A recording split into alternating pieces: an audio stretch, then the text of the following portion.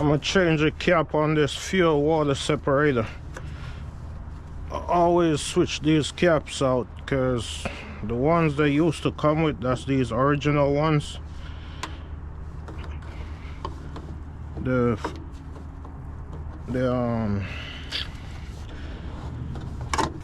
these little parts always break off. Like if you notice this, you only have one on it.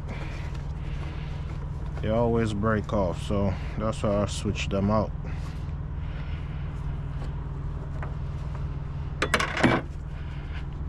Switch them out and put the one on it that you could just take it off with your hand. You don't need to use that tool to take it off, but you will need the tool to take this off.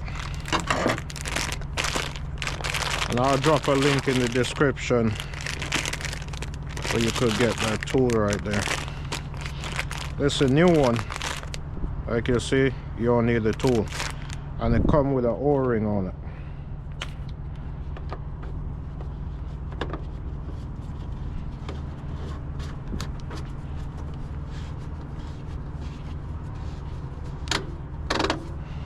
And you hear it start clicking, it's locked. And you could keep this as emergency, even though most of the time you'll never need it, but it's not a bad idea to keep it.